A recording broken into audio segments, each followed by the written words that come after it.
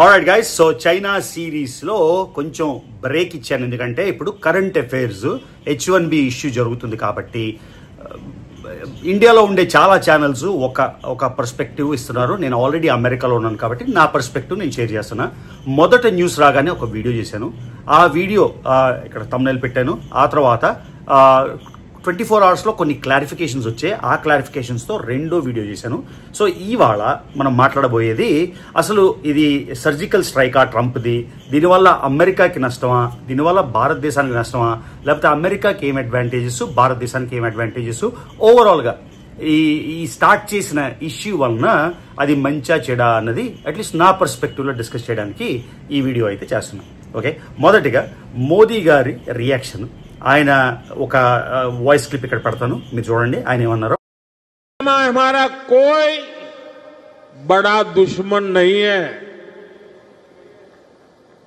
सच्चे अर्थ में अगर हमारा कोई दुश्मन है तो वो है दूसरे देशों पर हमारी निर्भरता. సో ఈ వీడియోలో మొత్తం అవన్నీ పాయింట్స్ డిస్కస్ చేద్దాం. సో ఎవరికి లాభం, ఎవరికి నష్టం, H1B వలన అమెరికాకి ప్రాబ్లమా, భారతదేశానికి ప్రాబ్లమా, ఐటీ ఎక్స్పర్ట్స్కి ప్రాబ్లమా, అవన్నీ ఈ వీడియోని డిస్కస్ చేద్దాం. Let's go into the video.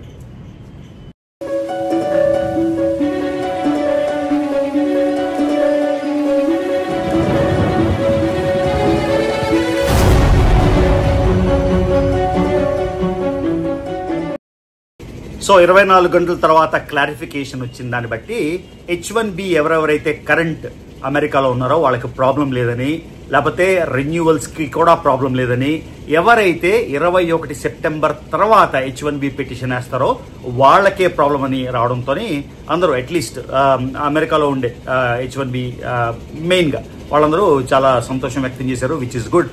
కాకపోతే ట్రంప్ ఇది సర్జికల్ స్ట్రైక్ అని నాకు ఎందుకు అనిపిస్తుందో నేను మొత్తం మీకు ఎక్స్ప్లెయిన్ చేస్తాను.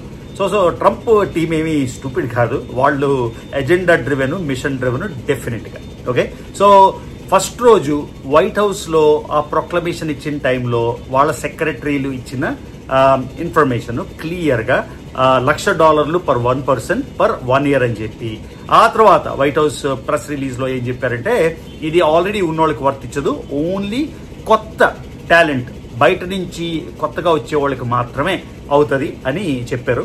ఓకే, మళ్ళీ చాలా కంపెనీస్ సర్క్యులర్లోని, అంటే ఇండియన్ కంపెనీస్ తర్వాత అమెరికన్ కంపెనీస్లో కూడా 24 hours లో వెనక్కి రావాలి అనడంతో విపరీతమైన రష్ వచ్చింది, చాలా మంది వెనక్కి వచ్చేసారు. ఎందుకంటే ఇప్పటికీ కూడా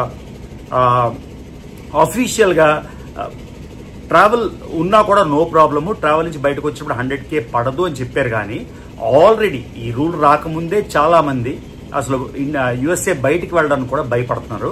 ఎందుకంటే H1B ప్రాబ్లం వస్తుంది, లేకపోతే స్టాంపింగ్ ప్రాబ్లం వస్తుంది, లోపలికి వచ్చినప్పుడు వరి ఉంటుంది అని చాలా మంది వరి అవుతున్నారు. కాబట్టి ఆ వరీస్ అయితే ఎప్పటికి కూడా కొనసాగుతూనే ఉన్నాయి. రెండోది, నాకు చాలా మంది అడుగుతున్నారు ఏంటంటే already students F1 visa, student visa మీద ఉంటే వాళ్ళకి ఇప్పుడు OPT, CPT అవన్నీ ఉంటాయి కదా, వాళ్ళు H1Bకి కన్వర్ట్ అయినప్పుడు, ఎందుకంటే H1Bగా కన్వర్ట్ అవుతుంది సెప్టెంబర్ 21 తర్వాతే, కాబట్టి వాళ్ళు $1,00,000 ఫీజు పే చేయాలా అని దీని మీద క్లారిటీ ఇంకా లేదు. సో టెక్నికల్ గా చూస్తే అది సెప్టెంబర్ 21 తర్వాత H1B పిటిషన్ పెడుతున్నారు. కాబట్టి నాకు అర్థమైన దాన్ని బట్టి అమెరికాలో ఉన్నా కూడా స్టూడెంట్లు F1 మీద అయినా, తర్వాత ఈ రీసెంట్ గా యూనివర్సిటీస్ గ్రాడ్యుయేట్ అయినా కూడా H1B పిటిషన్ అంటే చేంజ్ ఆఫ్ స్టేటస్ కాబట్టి సెప్టెంబర్ 21 తర్వాత పెడుతున్నారు. కాబట్టి వాళ్ళు కూడా $1,00,000 పే చేయాలి అని నాకు అర్థమైంది దాన్ని బట్టి. కాకపోతే ఈ క్లారిఫికేషన్ ఇంకా 1 day వస్తుంది అన్నారు. ఆ క్లారిఫికేషన్ రాగానే నేను షేర్ చేస్తాను. ఎందుకంటే చాలా మంది స్టూడెంట్స్, అందులో చాలా మంది కోట్లు లోన్లు తీసుకొని ఫ్యామిలీకి బట్టనే కదా, అదంతా చేసుకొని దేనికి వచ్చారు? అమెరికా మీద ప్రేమతోనే కాదు, ఇంక్లూడింగ్ మీ. నేనైనా అమెరికా ఎందుకు వచ్చాను? బెటర్ జాబ్స్, బెటర్ ఫ్యూచర్ ఉంటుంది, బెటర్గా డబ్బులు సంపాదించుకో వచ్చాను కదా. అందరూ వచ్చేది అమెరికా మీద ప్రేమతోనో, లేదా భారతదేశం వదిలేసింది భారతదేశం మీద ద్వేషంతో కాదు కదా. అమెరికాలో బెటర్ ఈకో సిస్టమ్ ఉంది, మన ఫ్యూచర్ బెటర్గా ఉంటుందని వచ్చారు. సో ఇప్పుడు ఈ F1 నుంచి H1Bకి వీళ్ళు కన్వర్ట్ అయ్యేటప్పుడు ఆ $1,00,000 పే చేయాలంటే చాలా మంది ఎంప్లాయర్స్ వాళ్ళకి H1 చేయరు, వేరే టాలెంట్ ఎత్తుకుంటారు. సో అది వాళ్ళకి ప్రాబ్లం అవ్వచ్చు. కాకపోతే దీని మీద అప్డేట్ నేను క్లియర్గా 24 to 36 అవర్స్లో అప్డేట్ వస్తుంది, అప్పుడు ఇస్తారు. ఇది ఎలా జరుగుతుండగా మోదీ గారు స్టేట్మెంట్ ఏమి ఇచ్చారు? ఈయన H1B గురించి ఏమి కామెంట్ చేయకుండా ఆయన క్లియర్గా ఏం చెప్పారంటే, మన self Reliance important, foreign powers మీద డిపెండెన్స్ తగ్గించుకోవాలి అని. నేను మోదీ గారి హార్డ్ కోర్ ఫ్యాన్ అని మీకు తెలుసు. ఓకే, ఎన్నోసార్లు నేను చెప్పాను. సో నా విధంగా ఏంటంటే, మోదీ గారు వచ్చిన కొత్తలో make India great again are make in India great again కాదు, మేక్ ఇన్ ఇండియా అని మొదలెట్టారు. సో మేక్ ఇన్ ఇండియా తర్వాత ఎన్ని మేక్ ఇన్ ఇండియా ప్రోడక్ట్స్ వచ్చాయి? చంద్రయాన్ అయింది సక్సెస్ఫుల్గా, సూపర్బ్, అది ఇస్రో చేస్తుంది. కానీ అది మోదీ గారు రాకముందు నుంచే జరుగుతున్న ఇస్రో ప్రాజెక్ట్ కదా. ఆ తర్వాత అంటే ఫారిన్ కంట్రీస్లో కొనుక్కునే కార్లు, లేకపోతే ఆపరేటింగ్ సిస్టమ్స్ కానీ, న్యూ ఫోన్స్ కానీ చైనాలో ఉన్నట్టు యూట్యూబ్కి ఆల్టర్నేటివ్, వాట్సాప్కి ఆల్టర్నేటివ్, ఇన్స్టాగ్రామ్కి ఆల్టర్నేటివ్, టిక్టాక్ లాంటిది. ఫర్ ఎగ్జాంపుల్ అక్కడ టిక్టాక్ ఉంది, చైనాది, అది చాలా మంది వాడతారు, ఇంక్లూడింగ్ ఇండియన్స్ వాడతారు. అలాంటి ప్రోడక్ట్ ఏమైనా తీసుకొచ్చారా? సో ఇండియాలో ఇనఫ్ ఈకో సిస్టమ్ ఉందా? ఇది క్వశ్చన్ మార్క్. సో ఈ వీడియో మీద మీ ఒపీనియన్ మాత్రం తెలపండి. సో మీ ఒపీనియన్ డెఫినెట్గా మీరు షేర్ చేసుకోండి. సో ఈ ప్రాసెస్ వలన అమెరికాకి నష్టమా, లేకపోతే భారతదేశానికి నష్టమా, లేకపోతే ఎవరికి లాభం? ఓకే, నా అనాలిసిస్ అయితే నేను చెప్తాను. మీ ఫీడ్బ్యాక్ మాత్రం డెఫినెట్గా కామెంట్లో తెలియజేయండి. ఓకేనా? సో ఇదిలా ఉండగా ప్రిన్సిపల్ సెక్రటరీ టు మోడీ ఏం చెప్తున్నారంటే, అందరూ ఇండియన్స్ ప్రపంచం అక్రాస్, ఓన్లీ అమెరికాలో కాదు, వాళ్ళందరూ వెనక్కి రిటర్న్ అయిపోండి అని ఆయన స్టేట్మెంట్ ఇచ్చారు. ఆ స్టేట్మెంట్ ఇక్కడ మీకు పెట్టాను కదా, మీరు ఒకసారి చూడండి. సో ఇది స్టేట్మెంట్ వచ్చాక నాతో కాంటాక్ట్లో ఉండే ఎంతో మంది H1B ఓన్లీ కానీ, లేకపోతే స్టూడెంట్లు, ఇక్కడ చదువు ముగించిన స్టూడెంట్లు నేను అడిగాను, మీరు వెళ్ళిపోవడానికి రెడీగా ఉన్నారా అని. నేను మాట్లాడిన 25 మందిలో 25కి 25 మంది వెళ్ళడానికి వెనక్కి ఇష్టంగా లేరు. ఎందుకు లేరు అంటే, వాళ్ళకి ఇండియా మీద ప్రేమ లేదన్నా, లేకపోతే అమెరికా మీద ప్రేమ ఉందన్నా? రెండూ కాదు. ఎందుకంటే ఇప్పుడు వాళ్ళు 80 లక్షలు, అంటే స్టూడెంట్ గురించి మాట్లాడుతున్నా, 80 లక్షలు, ₹1 కోటి ఖర్చు పెట్టుకొని ఇప్పుడు అమెరికాలో ఎడ్యుకేషన్ కంప్లీట్ చేశారు. ఎడ్యుకేషన్ కంప్లీట్ చేశాక అలాంటి జాబ్ వాళ్ళకి దొరుకుతుందా? అంటే ఇండియాలోని ఆర్డినరీ రెగ్యులర్ యూనివర్సిటీలో గ్రాడ్యుయేట్ అయ్యి ఎక్కడో ఒక కంప్యూటర్ కోర్సు నేర్చుకొని వచ్చే జాబే వస్తుందా? లేకపోతే వీళ్ళకి అమెరికన్ డిగ్రీ ఉంది కాబట్టి బెటర్ ప్రాస్పెక్ట్స్ ఉంటాయి? నాకు అర్థమైన దాన్ని బట్టి, వాళ్ళకి అర్థమైన దాన్ని బట్టి బెటర్ ప్రాస్పెక్ట్స్ అయితే డెఫినెట్గా ఉండవు. ఎందుకంటే ఇండియాలోని అలాంటి ఈకో సిస్టమ్ లేదు. కాబట్టి నేను మాట్లాడిన 25కి 25 మంది ఎవ్వరూ వెనక్కి వెళ్ళడానికి రెడీగా లేరు. సో గవర్నమెంట్ ప్రిన్సిపల్ సెక్రటరీ ఏమో వెనక్కి వచ్చేయమని చెప్తున్నారు. ఇప్పుడు నేనైనా సరే, నేను వచ్చిన కొత్తలో గ్రాడ్యుయేషన్ అయిపోయాక నిజంగా నాకు కావాల్సిన జాబ్ దొరుకుతుంది అనుకుంటే నేనైనా వచ్చేసేవాడిని కదా. సో ఇప్పుడు అది మూట్ పాయింట్. ఎందుకంటే మేము ఎప్పుడో వచ్చేసాం, ఎప్పుడో సెటిల్ అయిపోయాం. ఇప్పుడే ఒకవేళ వెనక్కి వచ్చేసిన జాబ్ కోసమో వెనక్కి రావడానికి కాదు, ఒక రిలాక్స్ లైఫ్ స్టైల్లో, ఒక డిఫరెంట్ లైఫ్ స్టైల్లో ఎంజాయ్ చేయడానికి వచ్చేదే కానీ అక్కడ జాబ్ కోసం రావట్లేదు. కాబట్టి నాకు అదైతే డిఫరెంట్గా వర్తించదు. సో నేను మాట్లాడిన అందరిలో కూడా ఎవ్వరు కూడా రెడీగా వెనక్కి వెళ్ళిపోవడానికి లేరు. ఇక్కడ ప్రాబ్లం ఏంటంటే, ఆ ecosystem. For example Google CEO ఉన్నారు. గూగుల్ CEO వలన అమెరికాకి మంచి అయిందా, అమెరికా వలన గూగుల్ CEOకి మంచి అయిందా అంటే రెండు వైపులా మాట్లాడచ్చు. కాకపోతే ఆ గూగుల్ CEO IIT జాయిన్ అయ్యాక ఆయన గూగుల్ CEO అవడానికి American corporate system, ecosystem, entrepreneurship help అయింది కాబట్టే కదా ఆయన ఇప్పుడు ఆ పొజిషన్లో ఉన్నారు. అలానే టెస్లా, ఎలాన్ మస్క్ కూడా H1B ప్రోగ్రామ్ మీద వచ్చాడు కదా. సో H1B మీద వచ్చాడు కాబట్టి టెస్లా, మరి ఆయన సౌత్ ఆఫ్రికాలో కూడా క్రియేట్ చేయొచ్చు ఈ ఐడియా, అమెరికాలో ఎందుకు క్రియేట్ అయింది? So it's a symbiotic relationship. అంటే అమెరికాకి ఎలాన్ మస్క్ కావాలి, ఎలాన్ మస్క్ కి అమెరికన్ సిస్టమ్ కావాలి. సో అందుకని ఇద్దరు మ్యూచువల్ గా బెనిఫిట్ అయ్యారు కాబట్టి ఒక టెస్లా తయారైంది. సో అలాంటి ఈకో సిస్టమ్ ఇండియాలో రెడీ అవ్వకుండా వెనక్కి వచ్చేయమంటే ఎంతమంది వెనక్కి వచ్చేస్తారు? సో ఇది పెద్ద క్వశ్చన్. ఆ తర్వాత చాలా మంది ఈ మధ్యన ఇన్స్టాగ్రామ్లో రీల్స్ చూస్తున్నా, మేము ఇండియా రిటర్న్ వెళ్ళిపోయామని. స్టాటిస్టిక్స్ ప్రకారం ఒకవేళ చూస్తే ఎంతమంది గ్రీన్ కార్డ్ రాకుండానో అమెరికన్ సిటిజన్షిప్ రాక వెళ్ళిపోవడం వేరు. ఓన్లీ జాబ్ కోసమో, రిలయన్స్ కోసమో, లేకపోతే ఫ్యామిలీ ఇష్యూస్ కోసమో వెళ్ళిన వాళ్ళు కాకుండా అమెరికాలో లైఫ్ బాగాలేదని H1B మీద ఉన్నోళ్ళు, లేకపోతే అమెరికాలో రేసిజం ఉందని వెళ్ళిపోయిన పర్సెంటేజ్ ఎంత ఉంటుంది? స్టాటిస్టిక్స్ దీన్ని మనం ఎగ్జాక్ట్గా చెప్పలేం. నా ఒపీనియన్లో అది లెస్ దెన్ 1% ఉంటుందని. సో ఎందుకు అంటే, ఇప్పుడు ఇక్కడ వచ్చిన వాళ్ళు కామెంట్లు పెట్టేస్తున్నారు, అక్కడ ఎంగిలి బెతుకులు తింటున్నారు, అక్కడ రేసిజము, అక్కడ లైఫ్ బాగోదు, పనుల్లా పనిచేస్తున్నారని. అవన్నీ నిజమైతే వచ్చిన వాళ్ళందరూ వెనక్కి వెళ్ళిపోవాలి కదా. ఆ 7,30,000 ప్లస్ ఉన్న సిటిజన్స్ ఆల్మోస్ట్ మొత్తం ఇండియన్స్ అమెరికాలో ఉన్నది దగ్గర 30 నుంచి 40 లక్షల మంది. ఆ 40 లక్షల మంది వెనక్కి ఎందుకు రావట్లేదు? సో ఇది ఒక క్వశ్చన్ మార్క్. ఆ తర్వాత సో మొత్తానికి ఈ ప్లాన్లోని వాళ్ళు కరెంట్ H1B ఉన్నోళ్ళని ఎందుకు టార్గెట్ చేయలేదు అంటే, వాళ్ళకి తెలుసు కోర్టులో రిస్కులు ఉంటాయి, యూనివర్సిటీస్ ప్రొటెస్ట్ చేస్తాయి, కంపెనీలు ప్రొటెస్ట్ చేస్తాయి. ఇవన్నీ ఫేస్ చేయడం ఇష్టం లేక వాళ్ళు ఏం చెప్పారంటే ఈ కొత్త డేట్ పెట్టి ఆ డేట్ నుంచి వచ్చే వాళ్ళ మీద వేశారు. ఇది అమెరికాకి H1B మీద ఉండే ప్రేమ కాదు. H1B వాళ్ళు కూడా అమెరికాలో ఉంటున్నారు, అది అమెరికా మీద ప్రేమ కాదు. ఎవరి బెనిఫిట్ వాళ్ళు చూసుకుంటున్నారు. ఎవరైనా సరే H1B మీద ఉన్నోళ్ళు లేదు మేము అమెరికా బాగోగుల కోసం ఉంటున్నాం అంటే అది మీరు పించ్ ఆఫ్ సాల్ట్ వినండి. అది కూడా అమెరికా మేము H1B వాళ్ళని రాణిస్తున్నాం ఎందుకంటే మాకు వి లవ్ దోస్ వర్కర్స్ అని, అది కూడా పించ్ ఆఫ్ సాల్టే. ఎవరైనా పర్సనల్ ఇంట్రెస్ట్ బిజినెస్ ఇంట్రెస్ట్ మీదే వెళ్తున్నారు. సో కానీ ఈ బిల్ తోని ఈ ప్రొక్లమేషన్ తోని మొత్తం గేమ్ స్ట్రాటజీ మారిపోయింది. ఓకే, సో బేసిక్ గా ఏం చెప్తున్నారంటే సప్లై చైన్ ని కట్ చేసేసారు. ఓకే, సో ఇక్కడ ఉన్నోళ్ళు ఉన్నారు ఆటోమేటిక్ గా, కానీ వచ్చే సప్లై లైన్ లోని ఒక బ్రేక్ వేసేసారు. తర్వాత ఇండైరెక్ట్ గా ఒక మెసేజ్ ఏం చెప్పారంటే మాకు మీరు అవసరం లేదు అని. అందుకని 100,000 ఏదో ఫీజో టారిఫో కాదు, మాకు డెఫినెట్ గా ఎక్స్ట్రా లేబర్ చీప్ లేబర్ అవసరం లేదు. దాని ఇంపాక్ట్ మీరు చూసారు. ఇండియాలో ఉండే కంపెనీలు, ఇండియా బేస్డ్ కంపెనీస్, ఇన్ఫోసిస్ కానీ TCS కానీ అలాంటి కంపెనీస్ అన్ని 5% స్టాక్స్ పడ్డాయి. ఎందుకు పడ్డాయి? ఎందుకంటే వాళ్ళ బిజినెస్ మోడల్ కూడా ఏంటంటే చీపర్ వేజెస్ కి, లేబర్ అంటే చీప్ లేబర్ అంటే ఇంకోలా అనుకోకండి, చీపర్ వేజెస్ కి అంటే అమెరికాలో యావరేజ్ శాలరీ కన్నా ఇండియాలో తక్కువ రిక్రూట్ చేసుకొని అమెరికాలో కంపెనీల్లో బిజినెస్ అంటే అక్కడికి పంపించి వాళ్ళ దగ్గర అంటే ఫర్ ఎగ్జాంపుల్ గంటకి ఒక $80 వాళ్ళ దగ్గర తీసుకొని కంపెనీ ఎంప్లాయీకి $30-40 ఇచ్చి $40 ప్రాఫిట్ మార్జిన్ చేసుకుంటారు. ఓకే, ఇప్పుడు ఆ టైప్ ఆఫ్ చీపర్ వేజెస్ కి కట్ ఆఫ్ అయితే డెఫినెట్ గా అవుతుంది.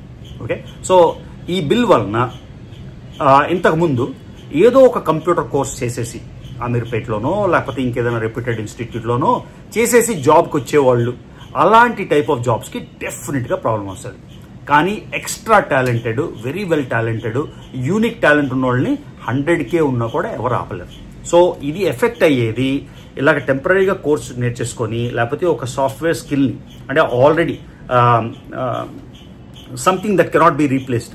మీకు నేను మొన్న వీడియోలో ఇండిస్పెన్సిబుల్ అని వర్డ్ వాడాం కదా, అలాంటి వాళ్ళకి డెఫినెట్గా ప్రాబ్లం అవుతుంది.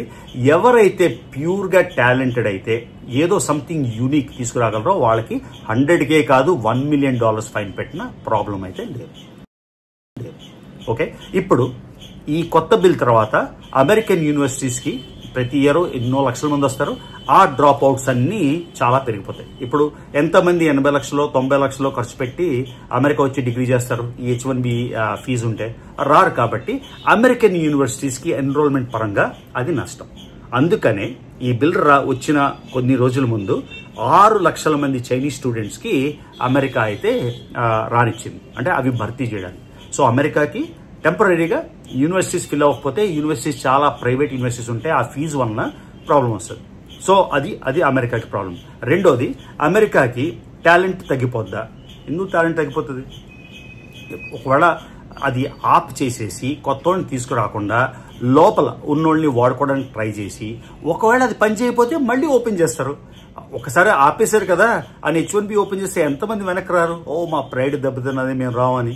సో ఇది చాలా రియలిస్టిక్ గా మాట్లాడడం. సో అమెరికాకి ఈ విధంగా అయితే ఏమీ నష్టం లేదు. భారతదేశంలోని సర్ప్లస్ గ్రాడ్యుయేట్స్ ప్రతి ఇయర్ ఎంతో మంది ఇంజనీరింగ్ గ్రాడ్యుయేట్స్ కానీ రిలేటెడ్ ఫీల్డ్స్ లో గ్రాడ్యుయేట్ అవుతారు. సో సప్లైకి అక్కడ ప్రాబ్లం లేదు. సో అమెరికాకి ఈ ఎక్స్పెరిమెంట్ వల్ల ప్రాబ్లం అని అమెరికా అనుకుంటే రేపు మళ్ళీ అది ఆ ట్యాప్స్ ఓపెన్ చేస్తారు, మళ్ళీ నీళ్లు రావడం మొదలవుతాయి. ఓకేనా? సో ఇక్కడ బేసిక్గా చెప్తుంది ఏంటంటే ఇది టైటన్ చేయడం వల్ల ఓన్లీ రియల్ ప్యూర్ టాలెంట్ కావాలి అని ఒక ఇండికేషన్ కాకుండా ఇందులోని పాలిటిక్స్ కూడా ఉంది. 2026లో మిడ్ టర్మ్ ఎలక్షన్స్ ఉన్నాయి. ట్రంప్ 2026 మిడ్ టర్మ్ ఎలక్షన్స్లో H1B వాళ్ళు F1 వాళ్ళు ఓట్లేరు కదా, ఓట్లేయాల్సింది అమెరికన్స్. సో ఇలాంటిది ఏదో చూపించకపోతే ఆయనకి 2026లో ప్రాబ్లం వస్తుంది డెఫినెట్గా. సో అందుకని ఈ బిల్ చేశారు. ఇదే కాకుండా వాళ్ళకి నిజంగా ఇంటెంట్ ఉందా ఓన్లీ ఎలక్షన్ కోసం చేస్తున్నారంటే డెఫినెట్గా ఇంటెంట్ కూడా ఉంది. ఏమనంటే ఇలా చీప్ లేబర్ ఇది తగ్గించుదామని, తర్వాత దీనివల్ల అమెరికాలో ఉన్న వాళ్ళకి డెఫినెట్గా అడ్వాంటేజ్. ఇప్పుడు ఇన్ఫోసిస్, టీసీఎస్ వాళ్ళ దగ్గర నుంచి $50,000, $80,000, $70,000 పనిచేసే వాళ్ళు తగ్గితే ఆటోమేటిక్గా అమెరికాలో ఉండే వాళ్ళకి వేజెస్ పెరుగుతాయి. సో అమెరికాలో ఉన్న వాళ్ళకి డెఫినెట్గా అడ్వాంటేజ్. ఓకే, 2 పర్స్పెక్టివ్లు నేను చెప్తున్నా. సో ఇది సమ్మరైజ్ చేయడానికి నా ఒపీనియన్ ఏంటంటే, వెనక్కి వచ్చేయమన్నారు, లేకపోతే ఇప్పుడు చాలా మంది డాలర్ డ్రీమ్స్కి అయితే డెఫినెట్గా గండిపడింది. కొత్తగా నిజంగా గ్రాడ్యుయేషన్కి వస్తాము అని అనుకునే వాళ్ళు కూడా చాలా మంది ఇప్పుడు డబుల్ థింక్, ట్రిపుల్ థింక్ చేస్తున్నారు. ఓవరాల్ F1 వీసాస్ నెంబర్ అయితే తగ్గిపోయింది, అది మీరు చూసారు క్లియర్గా. అది ఇంకా గణనీయంగా తగ్గిపోతుంది. సో దీనివల్ల ఎవరికి నష్టం అంటే, మెయిన్గా ఇండివిజువల్స్ ఎవరెవరైతే ఆస్పైర్ చేసి వేరే దేశానికి వెళ్ళి అక్కడ డాలర్ డ్రీమ్స్, పెద్ద జాబ్లు, పెద్ద శాలరీస్ తెచ్చుకుందాం అనుకున్నారో వాళ్ళకైతే డెఫినెట్గా నష్టం. అమెరికాకి టెంపరీగా నష్టంలా కనబడినా కూడా వాళ్ళు నిజంగానే ఈ ప్రాబ్లం అనుకుంటే మళ్ళీ సింపుల్ ప్రాసెస్, ట్యాప్ ఓపెన్ చేయడమే, కొత్త నీళ్లు వచ్చేస్తాయి. సో అమెరికాకి ఇది పెద్ద లాస్ అని అనిపించట్లేదు. రెండోది, ఇదంతా కూడా ఆయన ఒక ఎజెండాతో చేస్తున్నాడా ట్రంప్, లేకపోతే మోడీ ఆ మార్కెట్స్ ఓపెన్ చేయలేదనా అంటే పాసిబుల్. ఇక్కడ mix of politics and economics. So ఇప్పుడు ఫారిన్ ఎక్స్టర్నల్ అఫైర్స్ వాళ్ళు ఏం చెప్పారు, we are comprehensively studying the bill, ఈ బిల్ గురించి రీసెర్చ్ చేస్తున్నాం అని. ఇప్పుడు ట్రేడ్ నెగోషియేషన్స్ కూడా వాళ్ళు చేస్తున్నారు. అమెరికా పూర్తిగా ఇండియా అక్కర్లేదనలేదు, ఇండియా పూర్తిగా అమెరికా అక్కర్లేదనలేదు, ఏదో ఈగో వార్ జరుగుతుంది. సో డెఫినెట్గా అమెరికాకి బెటర్ ట్రేడ్ డీల్ దొరుకుతుందని నేను ఆశిస్తున్నాను కాదు, నేను యాంటిసిపేట్ చేస్తున్నా. అంటే ఏం జరగబోతుంది అని నేను చెప్తున్నా. మోదీ గారు క్లియర్గా ఇండిపెండెన్స్ డే నాడు ఏం చెప్పారు, ఎలాంటి కాంప్రమైజ్ ఉండదు ఫార్మర్స్ సిచ్యువేషన్లో, ఫిషర్మెన్ సిచ్యువేషన్లో అన్నారు. కానీ అది అయిపోయాక ఏం చేశారు, కాటన్ మీద అమెరికాకు ఉండే టారిఫ్ని డిసెంబర్ వరకు హోల్డ్ చేశారు. ఇది ఎక్కడ న్యూస్ పేపర్లో రాలేదు, మీరు ఒకసారి రీసెర్చ్ చేసుకోండి. కాటన్ మీద అమెరికాకి టారిఫ్ని హోల్డ్ చేశారు. దానివల్ల ఏమైంది, అమెరికన్ కాటన్ ఎక్స్పోర్ట్స్ భారతదేశానికి పుష్కలంగా వెళ్ళిపోయాయి. దీనివల్ల ఎవరికి నష్టం జరిగింది, ఆంధ్రప్రదేశ్లో రైతులకి, మహారాష్ట్రలో రైతులకి, తెలంగాణలో రైతులకి. కానీ ఇది ఎక్కడ బ్రాడ్కాస్ట్ అవ్వట్లేదు కదా. బయటకి నేషనల్ ఇంట్రెస్ట్ కోసం, ఎవరి నేషనల్ ఇంట్రెస్ట్ కోసం వాళ్ళు పనిచేయాలి. భారతదేశం భారతీయుల కోసం పనిచేస్తుంది, కానీ బంగ్లాదేశీ వాళ్ళ కోసం, శ్రీలంక వాళ్ళ కోసం, నేపాల్ కోసం పనిచేయదు కదా. అలానే అమెరికా కూడా అమెరికన్ ఎకానమీ గురించి పనిచేస్తుంది, అమెరికాకి ఏది మంచిదో పనిచేస్తుంది, కానీ భారతదేశానికి ఏది మంచిదో అమెరికా పనిచేయదు కదా. ఈ కామన్ సెన్స్, ఈ బేసిక్ లాజిక్ చాలా మంది మిస్ అయిపోతున్నారు. ప్రస్తుతానికి నచ్చినా నచ్చపోయినా అమెరికా అనేది ఒక లార్జెస్ట్ ఎకానమీ, అందరూ ఎదురు చూసే ఒక కంట్రీ. ఇప్పుడు మొన్నే మీకు హువావీ ఫోన్ చూపించాను, చైనాలో ఎలాంటి అద్భుతమైన ఫీచర్స్ ఉన్నాయి. యాపిల్ 17 రిలీజ్ అయింది. నేను చూసిన దానిలో హువావీ ఫోన్ చాలా బాగుంది. ఏమైంది, చైనాలోని ఇప్పటిదాకా అన్ని సంవత్సరాలని బీట్ చేసి ఆర్డర్స్ వచ్చాయి. ఇండియాలో 17కి ఎలాగ కొట్టుకుంటున్నారో మీకు తెలుసు. సో అక్కడ బేసిక్గా టెక్నాలజీ ఉన్నంత వరకు, ఇంటెలిజెన్స్ ఉన్నంత వరకు ఎవరు ఏ దేశాన్ని ఆపలేరు. ఇప్పుడు యాపిల్ 17 ప్రోడక్ట్కి అపోజ్ చేస్తున్నో, లేకపోతే అంతకన్నా బెటర్ ప్రోడక్ట్ ఇండియా రేపు తయారు చేసింది అనుకోండి, యాపిల్ ఎందుకు ఎవరైనా కొంటారు? సో ఇక్కడ ఈగోలు, లేకపోతే ప్రేమలు, ద్వేషాలు కాదు, ఇక్కడ ఏది బెటర్ ప్రోడక్ట్ అనడానికి ఇంకో సంఖ్యలు. వావి గురించి నేనే ఫోన్ చేశాను, నేనే వీడియో చేశాను.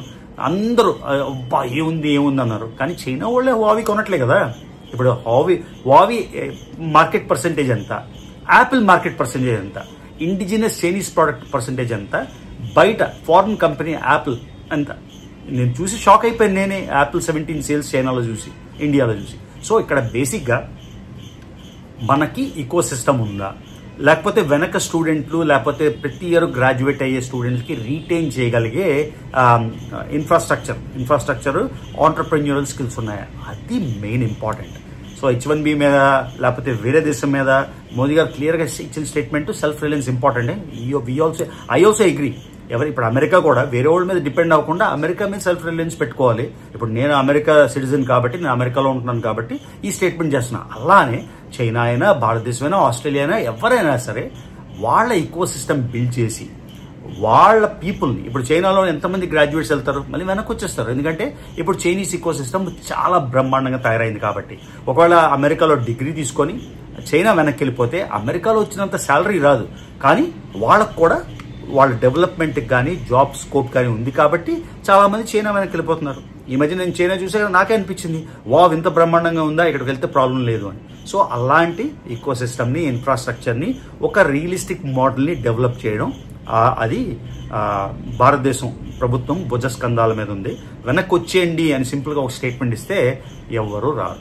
దానికి సరైన ఆపరేటర్స్ అయితే క్రియేట్ చేయాలని ఈ వీడియో చేస్తున్నా. ఈ వీడియో నేను అన్బయాస్డ్గా నా మనసులో ఏముందో ఓపెన్గా నేను చెప్తున్నా. దీన్ని చాలా మంది అపోజ్ చేయొచ్చు. ఒకవేళ అపోజ్ చేస్తే ఎందుకు అపోజ్ చేస్తారో కామెంట్ సెన్సిబుల్గా పెట్టండి. Welcome feedback. ఓకేనా? సో ఈ వీడియోకి ఇంత గైస్. మళ్ళీ కొత్త అప్డేట్ రాగానే వేరే వీడియో చేస్తా.